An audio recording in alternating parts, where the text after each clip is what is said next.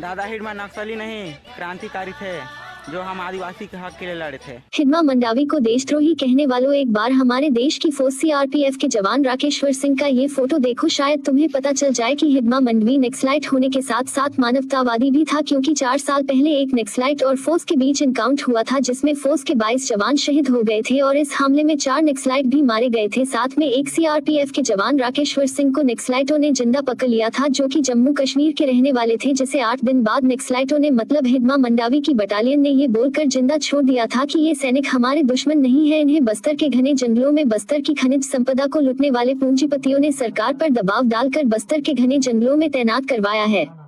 राकेश्वर सिंह को रिहा करते समय नक्सलाइटों ने बस इतना कहा था कि आप फौज छोड़कर कोई दूसरी नौकरी कर लेना, वरना दोबारा ये पूंजीपति देश के बेटों को उनका स्वार्थ सिद्ध करने के लिए देश के बेटों के खिलाफ लेने और मरने के लिए आगे कर देंगे।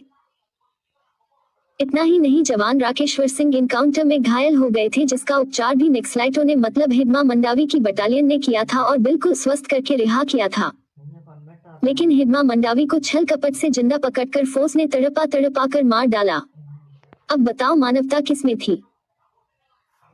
हमें दुख होता है जब हमारे देश में हमारे ही लोगों से लड़ते हुए कभी हमारे देश का कोई जवान शहीद होता है या नक्सली के नाम पर कोई आदिवासी मरता है, क्योंकि ये दोनों ही इस देश के बेटे हैं। बस बाहरी शरणार्थी पूंजीपति लुटेरों के कारण आपस में लड़ कर मरते हैं, जिन्हें बाहरी दुश्मनों से देश की रक्षा करते हुए बॉर्डर पर शहीद होना चाहिए, वे अपनों से अपनी जमीन पर लड़ते हुए शहीद होते हैं और अपने ही भाई को अपनी ही जमीन पर मारते हैं।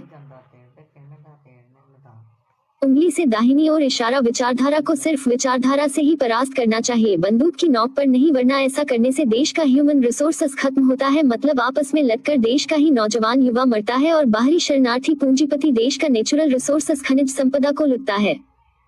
उंगली से दाहिनी ओर इशारा, हम नक्सलवाद और बंदूक की लड़ाई का समर्थन नहीं करते हैं, क्योंकि तकलीफ इस बात का है कि गोली किधर भी चले मरेगा हमारा अपना, चाहे फौज का जवान शहीद हो या नक्सली, दोनों के मरने से सिर्फ पूंजीपतियों का फायदा है।